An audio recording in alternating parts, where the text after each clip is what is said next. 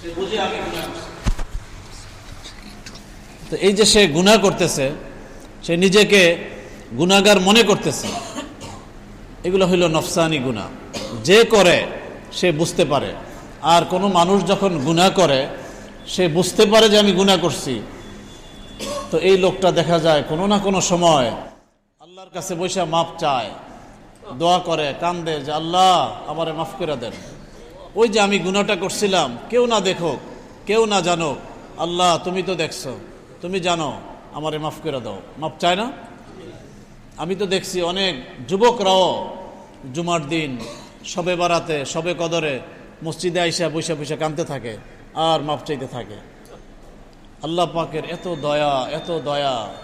তার কোনো বান্দা গুনাহ করে ফেলছে, অন্যায় করে ফেলছে, সে যদি একবার দিল থেকে ডাক দিয়া বলে যে আল্লাহ আমারে মাফ করে দেন, আমি ভুল করছি, যা করছি অন্যায় করছি, আর গুনার কাজ করব না, এইভাবে যদি কেউ বলতে পারে দিলের থেকে, একেবারে খাস দিলে, তো আল্লাহ পাকের এত দয়া, এত মায়া, মায়ার চোটে আল্লাহ পাক তারে মাফ করে দেয়।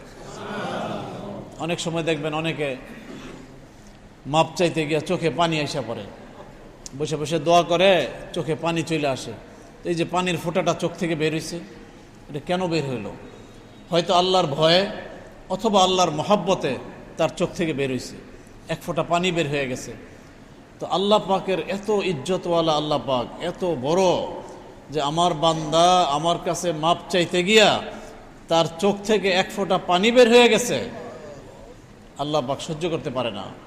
সাথে সাথে এই পানির ফোঁটা এটা চোখ থেকে বের হয়েছে, জমিনে পড়ার আগেই আল্লাহ তারে মাফ করে দেয়। আমরা তো ভাই গুনাহ করতেই আছি, মাপ চাইতে পারি না, মাপ চায় না মানুষ। অথচ আল্লাহ পাক দেখতে থাকে, দেখতে থাকে, যদি মাপ চায় আমি মাফ করে দেব, তো মাপও চাইব না, তো কেমন হইল বলেন? এর জন্য ভাই গুনাহ তো হয়ে যাইতেই পারে, যেহেতু আমরা নবী না, কিন্তু আমাদের কাজ হইল সাথে সাথে মাপ চাইয়া আল্লাহকে খুশি করে নেওয়া, যে আল্লাহ ভুল হয়েছে, আমারে মাফ করে দেন। অনেক সময় অনেক বাচ্চারা অন্যায় করে, বাবাই বলে তুই আমার বাসায় আর ঢুকবি না, এই আরে খানা দিবা না, রাগ করে না? এই বাচ্চাটা যখন সারাদিন কিছু খায় না,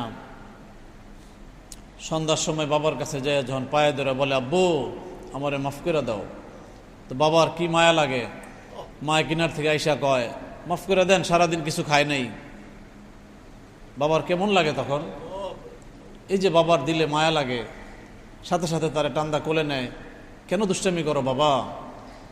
এই যে তারের কোলে তুলে নিল, আদর করতেছে, আর কি বলে জানেন, অজানা কিছু কথা তারে জানায়া দেয়, তুমি কেন এরকম দুষ্টামি করো বাবা? আমি যে স্টাফ কোয়ার্টার হোসেন প্লাজায় 2টা দোকান নিছি, তোমার জন্যই তো নিছি। আমি সাইনবোর্ডে 2টা ফ্ল্যাট কিনছি, বাবা তোমার জন্যই তো কিনছি। কে কে দেখবে এগুলা? তুমি কেন দুষ্টামি করো? আদর করতেছে, মাফ করে দিছে, খানাও খাওয়াচ্ছে, আবার অজানা তথ্য তাকে জানায়া দিচ্ছে, দেয় কিনা বলেন? এই সব কিছু করতেছে কিসে? খুশি, আমার পোলা আমার কাছে মাপ চাইছে। তো এই যে বাবার মায়া লাগছে, সারাটা দিন সন্তান খায় নাই, এখন মাপ চাইছে, বাবা সহ্য করতে না পাইরা তারে মাফ করে দিচ্ছে, অজানা তথ্য জানায়া দিচ্ছে। তো এই মা বাবাকে মায়া করা, মহাব্বত করা, ভালোবাসা, এই যে সন্তানকে ভালোবাসবে, এই ভালোবাসা কে দিছে বলেন? আল্লাহ পাক। আল্লাহর কাছে যেই ভালোবাসা আছে, যে মায়া মমতা মহাব্বত আছে, এখান থেকে 100 থেকে 1% সারা দুনিয়ার মখলুককে আল্লাহ পাক ভিক্ষা দিছে।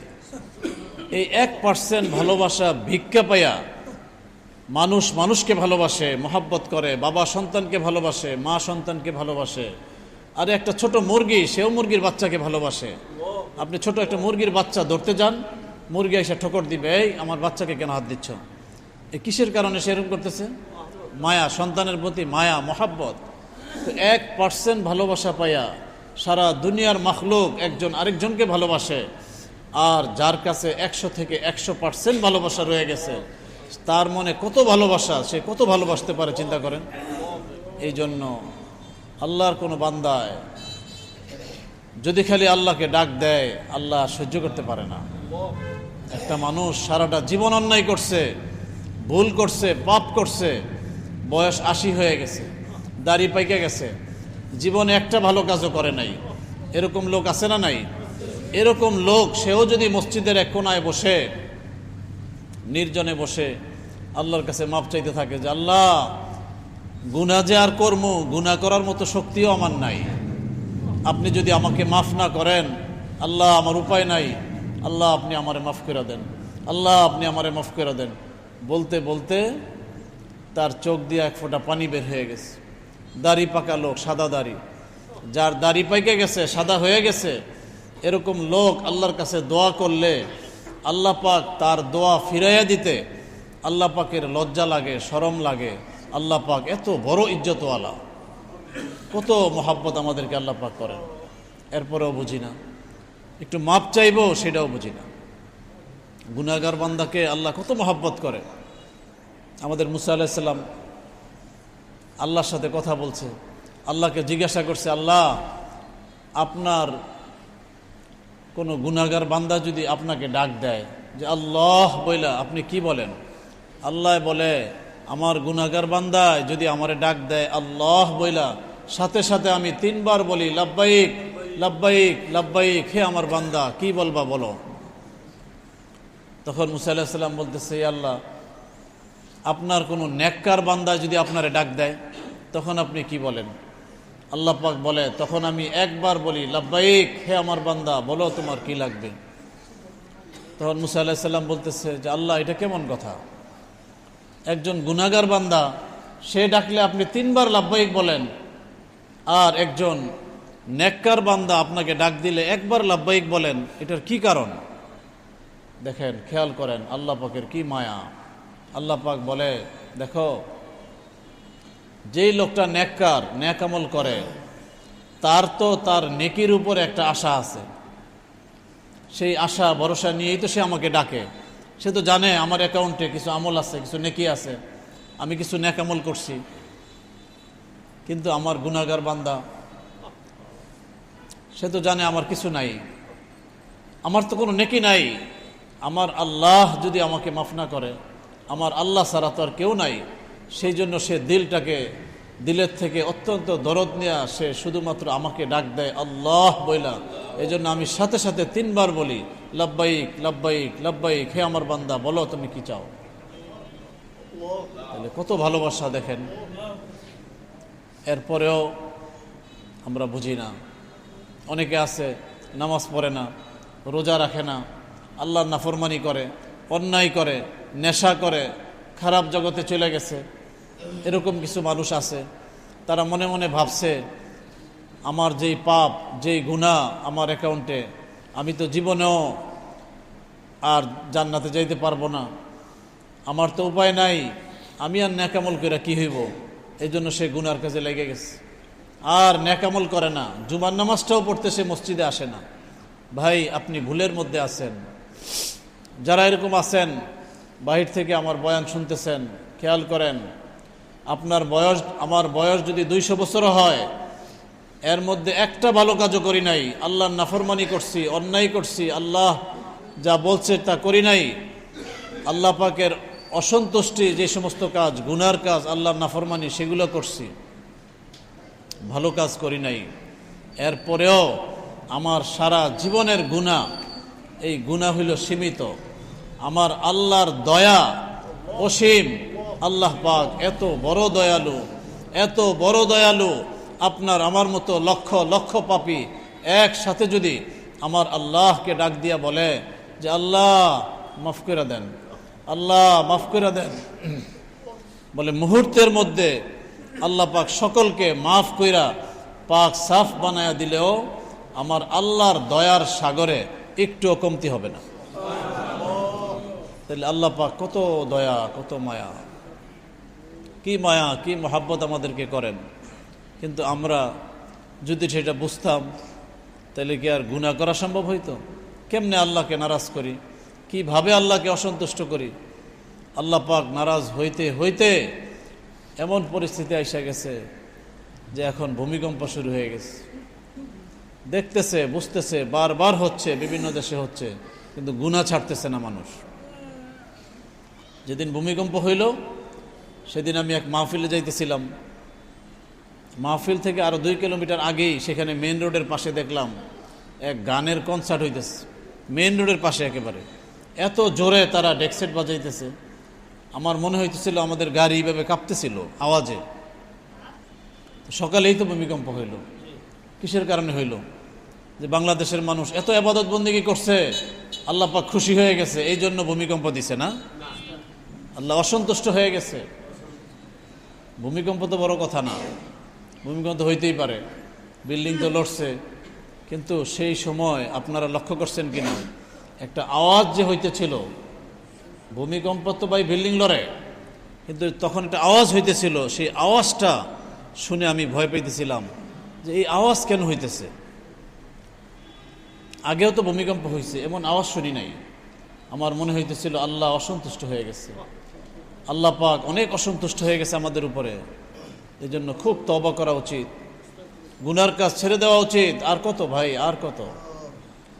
আপনি কি মনে করছেন যে এক সময় তওবা করে নিমনে? সেই সময়টা কোন সময়? কবে আপনি সেই সময় আসবে? আপনার তো দাড়ি পেকে গেছে, বয়স 40 হয়ে গেছে।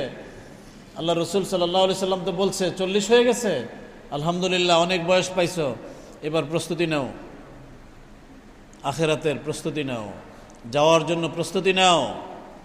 আমরা 40 বছরের পরে গিয়ে আরও বেশি লোভ লালসা আশা, আরেকটা বাড়ি বানায় লই, আরও কিছু জায়গা কিনি, ব্যবসাটা আরেকটু উন্নতি করি, এইভাবে করতে করতে হঠাৎ শুনবেন শেষ।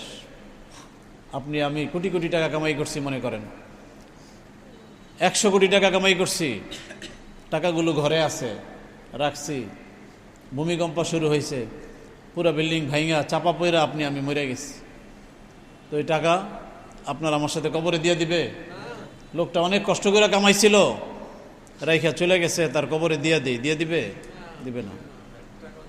আপনি যে মরে যাবেন, দুনিয়া থেকে চলে যাবেন, যাদের জন্য আপনি হারাম হোক হালাল হোক যে কোনোভাবে শুধু টাকা কামাও, টাকা কামাও, টাকা উপার্জন করো, আরে হারাম হইলে হোক টাকা কামাও, পরে আল্লাহর কাছে মাপ চাই আনি মনে, এই কথা আপনাকে কে বলল?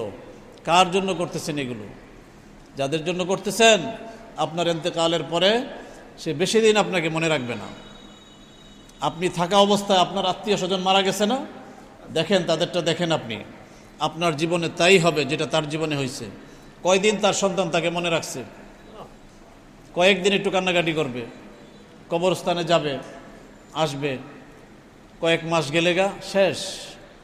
আপনার জন্য সে আমল করে নেকি পাঠাবে, সময় নাই, সে তো মোবাইল টিপবে, মোবাইল নিয়ে ব্যস্ত, সে তার বউ নিয়ে ব্যস্ত, বাচ্চা নিয়ে ব্যস্ত, তাদেরকে নিয়ে ঘুরতে যাবে। যে শুক্রবার দিন আসছে, দেখেন কত ফ্যামিলি ঘুরতে বেরিয়েছে, তাদের বাবা নাই, মা নাই, কবরে গেছে গা। কয়জনে ঘরে বসে আবাদত করতেছে, বাবার লেগে একটু দোয়া করি, নাই, পাইবেন না। আমাদের এই তালতলা মসজিদে কয়েকদিন আগে আমি একটা জানাজায় উপস্থিত ছিলাম। আমি খুব আশ্চর্য হয়েছি দেখা, জানাজার নামাজ পড়তে দাঁড়াইছি আমরা কাতারে, যে লোকটা মারা গেছে অত্যন্ত ভালো মানুষ, বললে আপনারা চিনে ফেলবেন যেহেতু কাছে,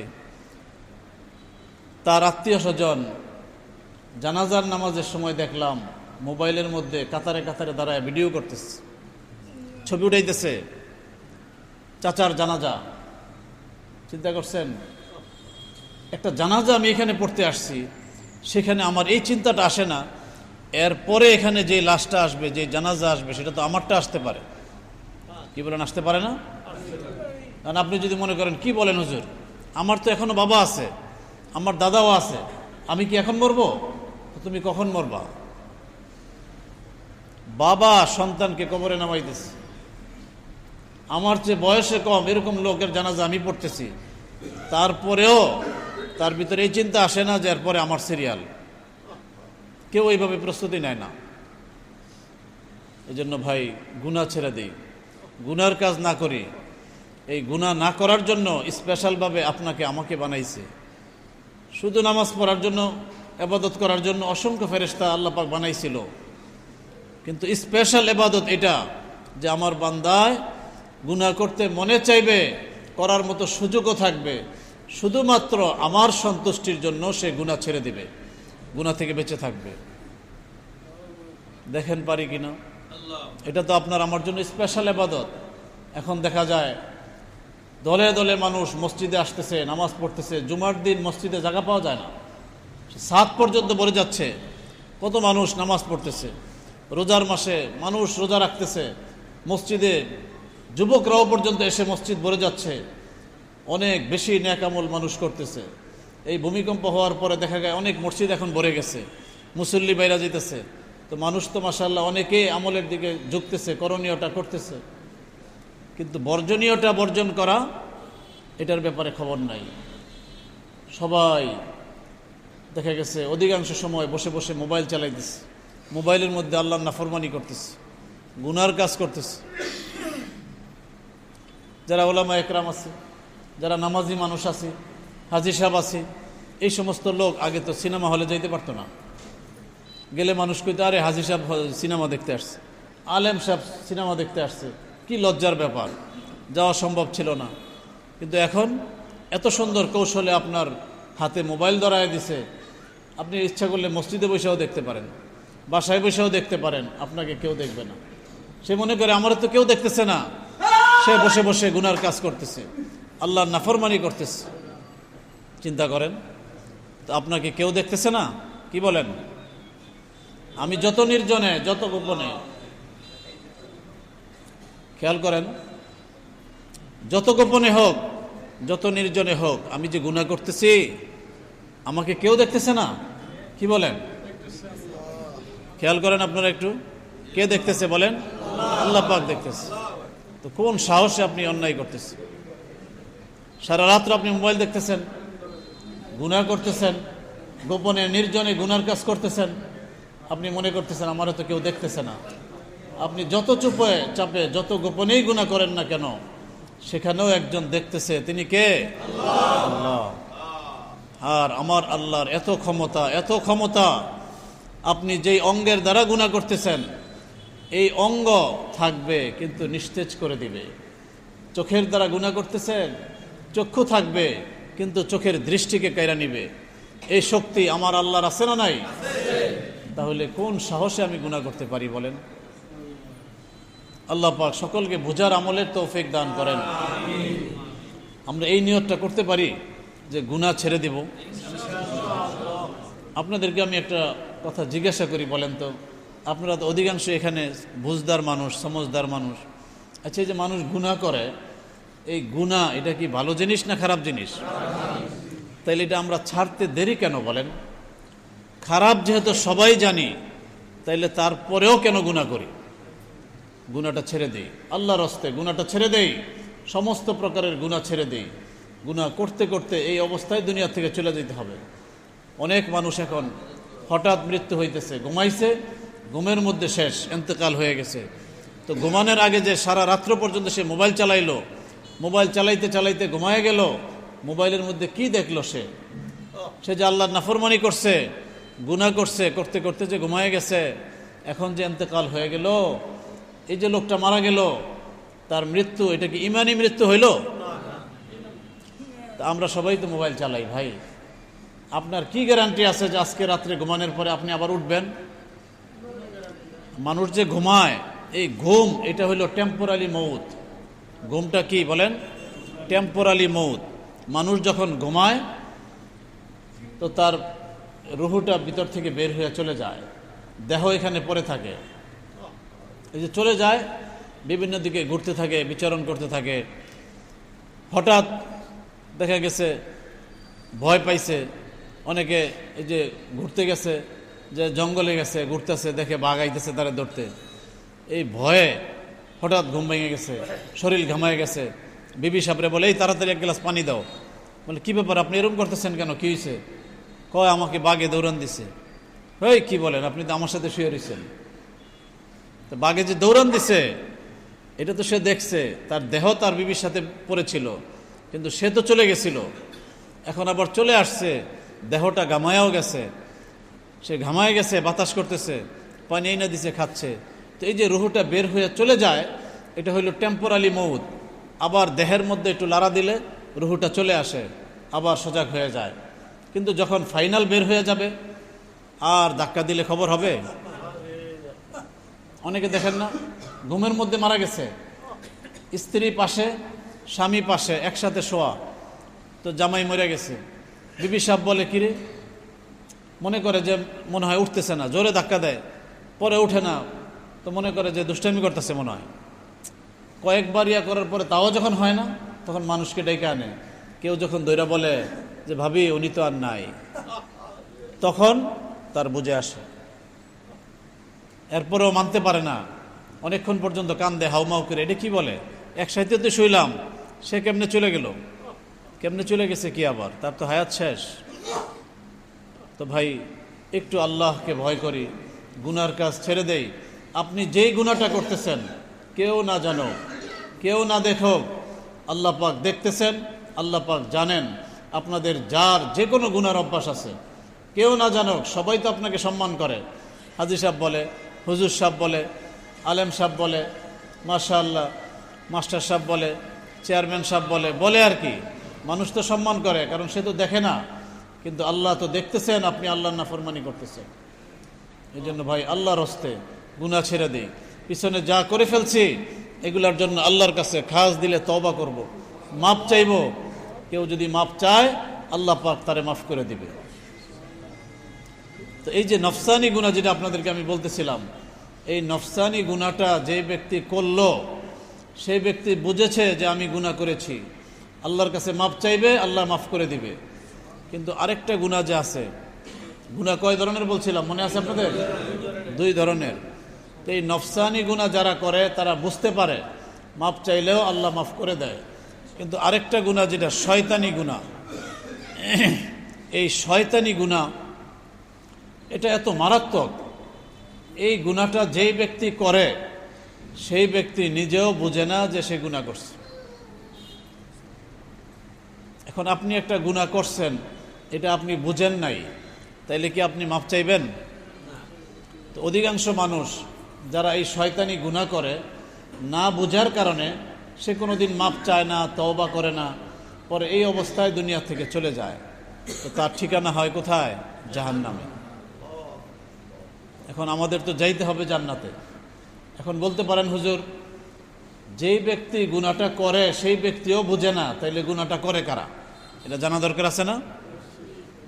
আপনারা খুব অবাক হইবেন, এই গুনাহটা করে তারা যারা সমাজের মধ্যে ভালো মানুষ, নামাজি মানুষ, 5 ওয়াক্ত নামাজ মসজিদে আইসা পড়ে, তাবলীগ করে, আল্লাহ ওয়ালাদের মজলিসে যায়, চরমনায় যায়, ডালকানগরে যায়, উজানিতে যায়, সরসিনায় যায়, এরকম নেককার মানুষ আছে না?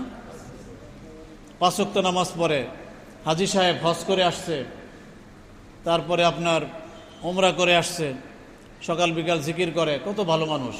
এই যে এই ধরনের নেককার যারা, তাদের পাশে শয়তান স্বয়ং নিজে আসে, আইসা তার পাশে বসে, বৈশা তার দিকে ওয়াসওয়াসা করে, আরে ভাই তুমি আগে কি ছিলা, এখন কি হয়ে গেছো? তুমি তো আগে গুনাহ করতা, এখন তো তুমি নেককার হয়ে গেছো। তুমি তো মাশাআল্লাহ তাবলীগে 3 চিলা লাগায় ফেলছো। তুমি তো মাশাআল্লাহ চরমনা গিয়ে আল্লাহওয়ালা হয়ে গেছো। তুমি তো মাশাআল্লাহ হজ করে আসছো। আরে তুমি তো অনেক বড় আলেম হয়ে গেছো। তুমি তো মসজিদের ইমাম খতিব হয়ে গেছো। এই সমস্ত কথা বলে তার দিকে ওয়াসওয়াসা করে কে? শয়তান। তো আমরা তো সাধারণ মানুষ, শয়তান যখন এইভাবে ওয়াসওয়াসা করতে থাকে, কিছু সময় পরে এই লোকটা মনে মনে এটা ভাবে, আসলেই তো আমি তো মাশাআল্লাহ অনেক নেককার হয়ে গেছি। আমার মুখে আগে দাড়ি ছিল না, এখন দাড়ি রেখে ফেলছি। আমি তো সবার আগে আগে মসজিদে আইসা প্রথম কাতারে নামাজ পড়ি। আমি তো মাশাআল্লাহ অনেক নেক মানুষ। পুরা মসজিদে যারা আছে সবার চাইতে আমি একটু নেককার বেশি। এই দেখেন, যখন মানুষ নিজেকে নিজে এরকম ভালো মনে করতে শুরু করে, আমাদের হাকিম উল উম্মত বলেন, जिस वक़्त बंदा अपने को अपने नज़र में कुछ समझता है तो अल्लाह के नज़र से गिर जाती है। যখনই কোনো মানুষ নিজেকে নিজে ভালো মনে করতে শুরু করলো, নিজেকে নিজে আল্লাহওয়ালা মনে করতে শুরু করলো, অন্যের চাইতে নিজেকে ভালো মনে করতে থাকলো, আল্লাহর নজর থেকে সে পড়ে যায়। এখন দেখেন, নামাজ পড়ে মসজিদে, হজও করে আসছে, সন্তান কথা শোনে না, ঘরের ভিতরে অশান্তি। কারণ কি? আপনি আল্লাহর নজর থেকে পড়ে গেছেন। বাসা থেকে যে নামাজ পড়তে আসতেছেন, নামাজ পড়তে তো আপনি মসজিদে আসতেছেন, সবার আগের কাতারে নামাজ পড়বেন।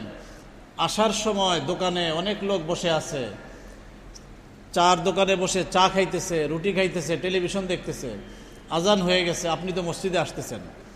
এখন আসতেছেন তো ঠিক আছে, মনে মনে তাদের দিকে তাকায় বলতেছেন, কত খারাপ লোক, কত বাজে লোক, আর আমি কত নেককার, আমি মসজিদে চলে যেতেছি, আমি কত আল্লাহওয়ালা। এই যে অন্যদেরকে আপনি খারাপ নজরে দেখতেছেন, তুচ্ছতার নজরে দেখতেছেন, আপনি তো আল্লাহর নজর থেকে পড়ে গেছেন।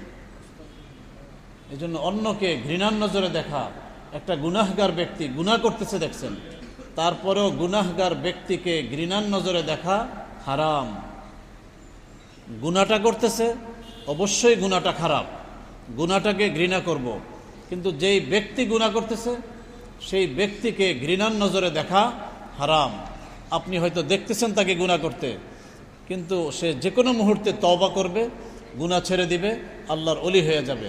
কিন্তু আপনি যে সমালোচনা করে বেড়াইতেছেন, এই জন্য কোনো ব্যক্তিকে কেউ কোনো গুনাহ করতে দেখছে, সেটা নিয়ে অন্যের সাথে সমালোচনা করা, আরে গত রাত্রে আপনি গুনাহ করতে দেখছেন, আজকে সকালেও বৈশা যে মানুষের সাথে সমালোচনা করতেছেন, হইতে পারে সে গুনাহ করার পরে রাতেই তওবা করে ফেলছে, আল্লাহও তারে মাফ করে দিছে। এখন আপনি যে তার সমালোচনা করতেছেন, অন্যের গীবত করতেছেন।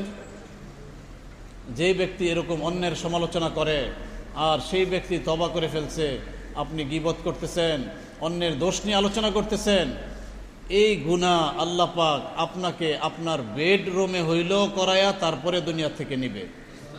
এই জন্য অন্যের নিয়ে সমালোচনা করতে নাই, অন্যকে ঘৃণার নজরে দেখতে নাই। আপনার নিজের খবর আসেনি, আরেকজনকে নিয়ে চিন্তা করতেছেন। আপনি 5 ওয়াক্ত মসজিদে এসে পড়তেছেন নামাজ, ঠিক আছে, 1 ওয়াক্ত নামাজ কবুল হয়েছে, আর কোনো গ্যারান্টি আছে? যেই লোকটাকে অন্যায় করতে দেখছেন, সে কোনো কারণে দিলে চোট লাগছে, তওবা করে মসজিদে চলে আসছে, আল্লাহর মহাব্বত নিয়ে নামাজে দাঁড়াইছে, 1 রাকাত নামাজ পড়ছে, সেটাই আল্লাহর দরবারে কবুল হয়ে গেছে। তো সে তো আপনার চেয়ে আগে বেড়ে গেল। কোথায় আছেন আপনি? এজন্য ভাই, গুনাহগার ব্যক্তিদেরকে ঘৃণার নজরে দেখা হারাম। যাদের গুনার অভ্যাস বেশি, গুনার খায়েশ বেশি, তারা চাইলে দ্রুত আল্লাহর ওলি হইতে পারে। কারণ যাদের গুনার খায়েশ বেশি, গুনার স্পিরিট বেশি, সে তাড়াতাড়ি আল্লাহর ওলি হইতে পারে। আপনারা সহজে বুঝবেন, এই যে মানুষ গাড়ি চালায়, কেউ একটা গাড়ি কিনছে, মনে করেন এই গাড়িটার সিসি হলো 1500 সিসি, আরেকজনে একটা গাড়ি কিনছে 3000 সিসি, তাহলে কোনটা বেশি জোরে চলবে? 3000 সিসি। এখন যেই লোক 1500 সিসির গাড়ি নিছে, এই লোক চট্টগ্রাম যাবে, বের হয়েছে, বের হয়ে যাত্রাবাড়ির দিকে যাওয়া শুরু করছে, তো রাস্তাটা কি সঠিক না ভুল? ভুল রাস্তায় যেতেছে, উল্টা যাইতেছে। আরেকটা লোক মনে করেন তার গাড়ির সিসি বেশি, 3000 সিসি, সে উল্টা ছুটছে, যাত্রাবাড়ির দিকেই যাইতেছে, তো সে উল্টা যাচ্ছে। এখন রাস্তার মধ্যে যে 1500 সিসি, যেটা অল্প সিসি, এটা মনে করেন সঠিক রাস্তায় যাচ্ছে, সে বের হইয়া কাশপুরের দিকে যাচ্ছে, চট্টগ্রাম যাবে, তার রাস্তা সঠিক কিন্তু সিসি কম। যেই লোকটা 3000 সিসি গাড়ি, প্রাডো গাড়ি চালাইতেছে মনে করেন, সে ছুটছে যাত্রাবাড়ির দিকে, কিন্তু যাবে চট্টগ্রাম নিয়ত করে বেরিয়েছে, রাস্তা ধরছে, এটা সঠিক না ভুল? তো বের হইয়া যাওয়ার পথে সাইনবোর্ড গেছে, পরে সেখানে কিছু লোক জেনে ধরছে, ভাই দাঁড়ান, কই যাইতেছেন এত দ্রুত? বলে কেন, আমি তো চট্টগ্রাম যাইতেছি। বলে আরে আপনি তো ভুল রাস্তায় চলে আসছেন, এটা তো চট্টগ্রাম যাওয়ার রোড না, এটা তো যাত্রাবাড়ির রোড। কি বলেন? হ্যাঁ, আপনি দ্রুত তওবা করেন, গাড়ি ঘুরান, ওইদিকে যান, ওইটা চট্টগ্রামের রোড। সেখানেই সে তওবা করে গাড়ি ঘুরাইয়া চট্টগ্রামের দিকে ছুটছে। ওই যে 1500 সিসি যে আগে গেছে, এই লোক কুমিল্লা যাইয়া পৌঁছতে পারে নাই, কিন্তু এই 3000 সিসি চট্টগ্রাম পৌঁছে গেছে। কি কারণে পারছে বলেন? তার গাড়ির কি বেশি? সিসি বেশি। কিন্তু ভুল পথে ছিল, তওবা করে ফেলছে, তো আপনার আমার চেয়ে দ্রুত আগায় গেছে। একটা লোক তার গুনার খায়েশই নাই, গুনাহ করতে মনেই চায় না। আরেকটা লোক গুনাহ করতে খুব মনে চায়, আল্লাহর ভয়ে করে না। তো দুইটা লোকে এক হইল? আপনাকে দুইজন লোক এসে বলল যে স্যার আপনাকে ভালোবাসি, আপনার সাথে দেখা করতে আসছি। একজন বলতেছে স্যার আপনার সাথে দেখা করতে আসতে গিয়া রাস্তায় আমাকে কয়েক জায়গায় আটকাইছে, আমাকে মারধর করছে, যে যাইস না তুই ওনার কাছে, তারপরেও আমি আসছি আপনার মহাব্বতে।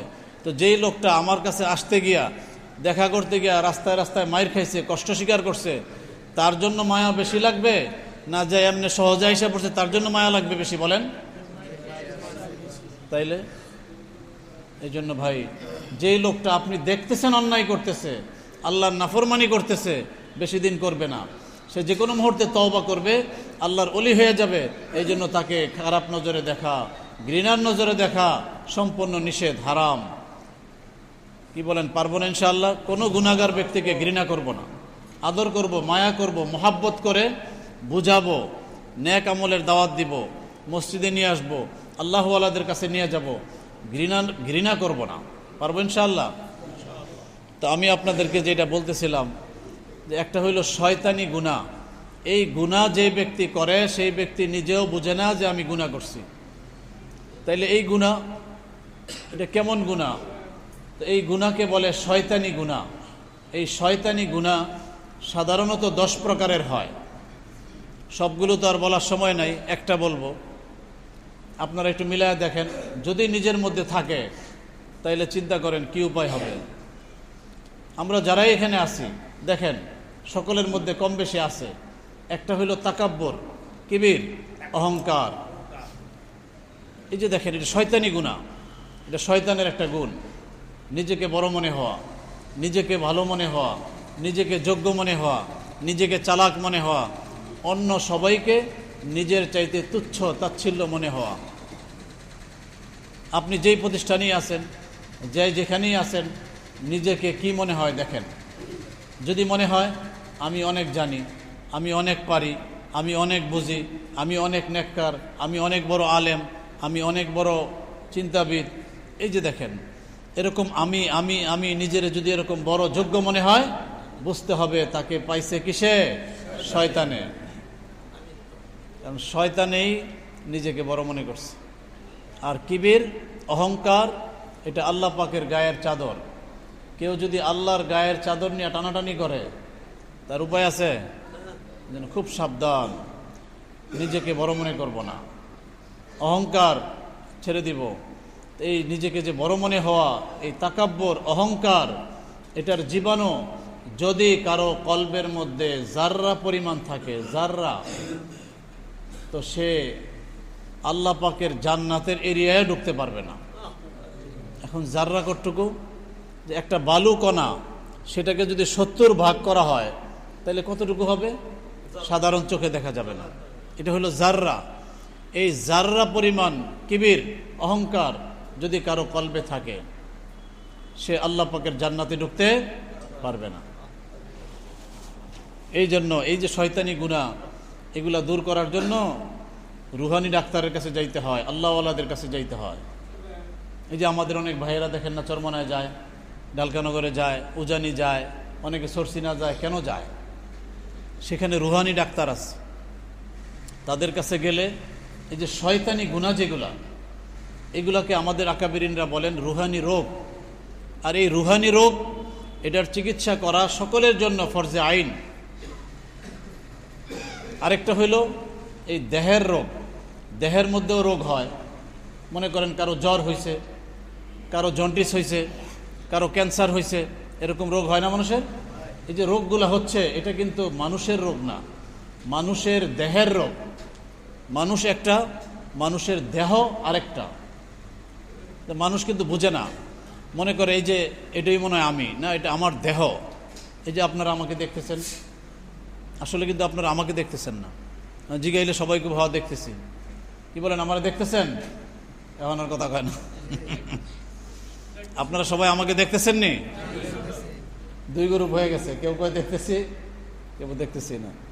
আসলে আপনারা কেউ আমাকে দেখতেছেন না। আপনারা যে দেখতেছেন এটা আমার, আমি না। তাহলে আমি কোনটা? এর মধ্যে আমি আছি। এখানে আপনাদের সামনে এখন চেয়ারে দুইটা জিনিস বসা, একটা আমি আর একটা আমার। যেটা আপনারা দেখতেছেন দৃশ্যমান, এটা আমার। এর মধ্যে আমি আছি, সেটা অদৃশ্য, সেটার নাম হইল রূহ। এই রূহ যেটা আমি, এটা যদি এখান থেকে বের হয়ে চলে যায় তো আমার এই দেহটা এখানেই থাকবে, সবাই দেখবে। এখন তো বলতেছে হুজুর বয়ান করতেছে, আমি যখন এটা থেকে বের হয়ে চলে যাব, রূহ চলে গেছে, এটা এখানেই পড়ে থাকবে। এটাকে আর কেউ হুজুর বলবে না, বলবে হুজুরের লাশ। কি বলবে? হুজুরের লাশ। বলবে হুজুর কোথায়? হুজুর তো এখানেই ছিল, এখনই তো বয়ান করতেছিল। কয়েকদিন আগে আপনারা দেখেন নাই, ওই যে অনলাইনে দেখাইছে এক বক্তা বয়ান করতেছে, এর মধ্যে মারা গেছে। বয়ান করতেছে, এর মধ্যে সে চলে গেছে, দেহ তো এখানেই পড়ে গেছে। মানুষ তারে দৈরা নিয়ে উঠায় তাড়াতাড়ি শোয়াই দিছে। হুজুর কই? হুজুর তো চলে গেছে। আছে যে এটা কে? এটা হুজুরের লাশ, হুজুর তো নাই। তো এই যে আপনারা আমাকে দেখতেছেন, এটা আমার দেহ। এই দেহের মধ্যে রোগ হয়, এটার চিকিৎসার জন্য ডাক্তারের কাছে যাই। এই যে হাসপাতাল, ক্লিনিক, এগুলাতে যত ডাক্তার আছে, এরা সবাই হইল মানব দেহের ডাক্তার। এরা কিন্তু একজনও মানুষের ডাক্তার না। আপনি ডাক্তারদেরকে জিজ্ঞাসা করেন যে আপনার সাবজেক্ট কি, কিসের উপর লেখাপড়া করছেন, বলবে মানব দেহের উপরে লেখাপড়া করছে। তাদের সাবজেক্ট কি? মানব দেহ। মানুষ না, মানুষ সম্পর্কে তারা কিচ্ছুই বলতে পারবে না, বলতেই পারবে না যে মানুষ কি। এই জন্য যত ডাক্তার আছে সকলেই মানব দেহের ডাক্তার। এই মানব দেহের মধ্যে যে রোগ হয়, এই রোগের চিকিৎসা করা সুন্নত। যদি কেউ চিকিৎসা করে সুন্নতের সওয়াব পাবে, চিকিৎসা না করে একটা গুনাহ হবে না। কিন্তু এই মানব দেহের মধ্যে যে মানুষটা আছে, এই মানুষের চিকিৎসা করা ফরজে আইন। যদি না করে জান্নাতের এরিয়ায় ঢুকতে পারবে না। এই যে চিকিৎসা, এটার নাম হইল তাসকিয়া। আল্লাহ পাক এটাই কোরআনে কারিমে বলছেন, তাসকিয়া। এই তাসকিয়া এটা ফরজ সকলের জন্য, এটা ফরজ, এত গুরুত্বপূর্ণ ফরজ। এই তাসকিয়াকে আল্লাহ পাক বোঝানোর জন্য কোরআনে কারিমের মধ্যে 60টা কসম খাইছে। অন্য কোনো ব্যাপারে কোরআনের মধ্যে এতগুলো কসম আল্লাহ পাক খায় নাই। এটার এত গুরুত্ব, তো অধিকাংশ মানুষ বুঝেই না। বলে তাসকিয়া কি? এটা রুহানি রোগের ট্রিটমেন্ট, চিকিৎসা। প্রত্যেকটা লোক তার রুহানি চিকিৎসা নিতে হবে। রুহানি চিকিৎসা ছাড়া, সুস্থতা ছাড়া যদি কোনো ব্যক্তি দুনিয়া থেকে চলে যায়, সে যদি সারা দেশের সবচেয়ে বড় আলেমও হয়, আল্লাহর কসম জান্নাতের এরিয়ায় ঢুকতে পারবে না। তাহলে তাসকিয়া এটা কত গুরুত্বপূর্ণ জিনিস। যার মধ্যে তাসকিয়া আছে সে জান্নাতি, যার মধ্যে তাসকিয়া নাই সে জান্নাতের এরিয়ায় ঢুকতে পারবে না। মনে হুজুর আমি তো অনেক বড় খতিব সাহেব, আমি তো বড় মসজিদের ইমাম, হইতে পারেন, তাসকিয়া নাই সে জান্নাতে যেতে পারবে না। আবার একটা সাধারণ মানুষ, সে তাসকিয়া করছে, সুস্থ হয়েছে, সে জান্নাতি। হোক সাধারণ, আপনার বাসায় কাজ করে, অটো চালায়, কিন্তু তার মধ্যে কি আছে? তাসকিয়া আছে, সে জান্নাতি। কে বলছে? আল্লাহ পাক বলছেন, কদ আফলাহা মান যাক্কাহা। আল্লাহ পাক এই কথা বলে নাই তুমি তাবলীগ করলেই জান্নাতি, আলেম হয়ে গেছো জান্নাতি, হাফেজ হয়ে গেছো জান্নাতি, হাজী সাহেব জান্নাতি, এগুলো বলে নাই। বলছে কদ আফলাহা মান যাক্কাহা, তুমি তাসকিয়া করলা তাহলে তুমি সফল, তুমি জান্নাতি। এখন দেখেন সমাজের মধ্যে 100 মানুষ থেকে 90 জন মানুষ এই কথা জানেই না যে তার কি করলে সে জান্নাতে যেতে পারবে। আপনি জিজ্ঞেস করেন যে ভাই মরার পরে কোথায় যাবেন, সবাই বলবে জান্নাতে, জান্নাতে। তো জান্নাতে যাওয়ার জন্য যে তাসকিয়া দরকার, ফরজ করছেন, ও তাসকিয়া কি এটা বুঝেই না। প্রত্যেক মসজিদে জুমার দিন বয়ান হইতেছে না, সারা এলাকার মানুষ, তারপরেও এই বিষয়টা জানেই না, কারণ এই বিষয়ে আলোচনা নাই। তাসকিয়া যে কি জিনিস এটার ব্যাপারে আলোচনাই নাই। যারা মসজিদে নামাজ পড়ে, সামনের কাতারে আইসে হাজী সাহেবরা আছে, জিজ্ঞেস করেন, সবাই মনে মনে ধরে নিচ্ছে আমি জান্নাতি। কেন? আগে আগে মসজিদে আসতেছি, নামাজ পড়তেছি। তো নামাজ তো আপনি পড়তেছেন, আল্লাহ কি বলছে? কদ আফলাহা মান যাক্কাহা, যে নিজের তাসকিয়া করা এটা ফরজে আইন, ফরজ কাজ ছেড়ে দিচ্ছেন মিয়া। এই জন্য খুব খেয়াল করতে হবে। এই তাসকিয়া এটা করার জন্য কোনো আল্লাহওয়ালার নিকটে, রুহানি ডাক্তারের নিকটে যাইতে হয়। যারা রুহানি ডাক্তার আছে, মানুষের চিকিৎসা করে, তাদের নিকটে যাইতে হয়। আর যে সমস্ত ডাক্তাররা মানব দেহের চিকিৎসা করে তাদের নিকটে গেলে এই দেহ সুস্থ হবে, সুন্নতের সওয়াব পাবো। চিকিৎসা করতে না গেলে একটাও গুনাহ হবে না। কিন্তু রুহানি চিকিৎসা যদি না করি উপায় নাই, জান্নাতের এরিয়ায় ঢুকতে পারবো না। তাইলে তাসকিয়া দরকার আছে না নাই? এই যে একটা রোগ আমি বললাম, অহংকার, কিবির, এটা সরানো, এটা থেকে মুক্ত হওয়া, এটা হলো তাসকিয়া। আপনি যখন তাসকিয়া করবেন তখন নিজেকে এরকম বড় মনে হবে না। বুঝতে হবে আমি সাধারণ মানুষ, আমি সকলের চেয়ে সাধারণ। নিজেকে মিটাই দেওয়া সহজ হবে। আর যেই ব্যক্তি নিজেকে মিটাই চলতে পারবে, আল্লাহ রসুল সাল্লাল্লাহু আলাইহি সাল্লাম বলেন, মান তাওয়াযা লিল্লাহ রাফাহুল্লাহ। যেই ব্যক্তি আল্লাহর জন্য বিনয়ী হয়, ছোট হয়, নিজেকে মিটাইয়া দেয়, আল্লাহ পাক তাকে আল্লাহর কুদরতি শিকল দিয়া টাইনা উঠাইতে উঠাইতে এত ঊর্ধ্বে উঠায় যেটা তার কল্পনায়ও ছিল না।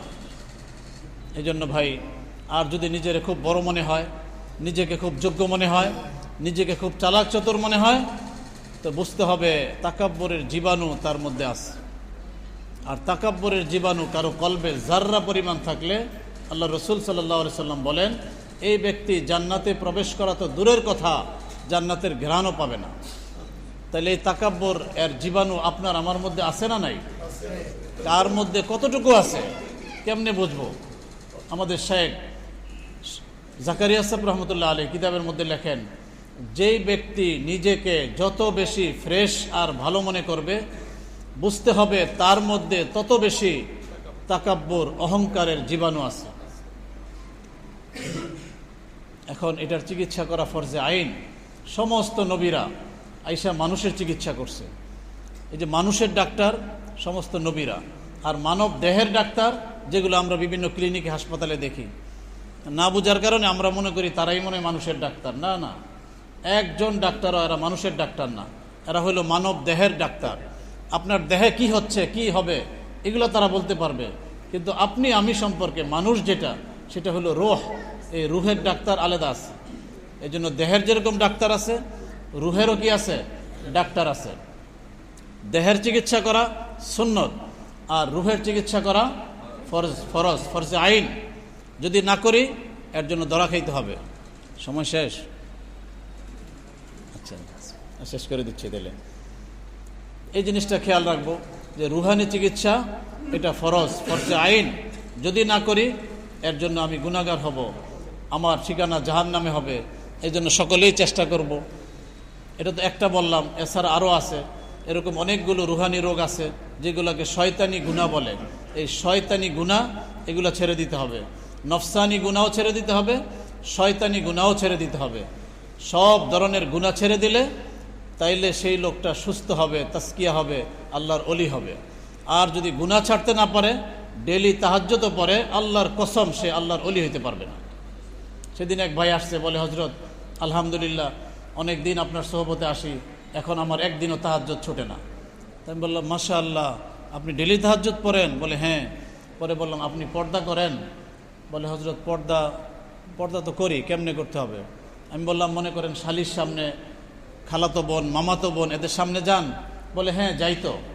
আমি যে গত 2 দিন আগে উমরা থেকে আসছি, আমি তো গতকালকেও শালির বাসায় গেছি, খেজুর জমজমের পানি নিয়ে গিয়ে শালিকে দিয়ে আসছি, তার মাথায় হাত দিয়া তার দোয়াও করে আসছি। তো আমি বললাম, ভাই আপনি ডেলি তাহাজ্জুদ পড়েন অথচ পর্দা করেন না, তাহাজ্জুদ পড়া কি ফরজ? কি বলেন আপনারা? তাহাজ্জুদ পড়া ফরজ, পর্দা করা ফরজ।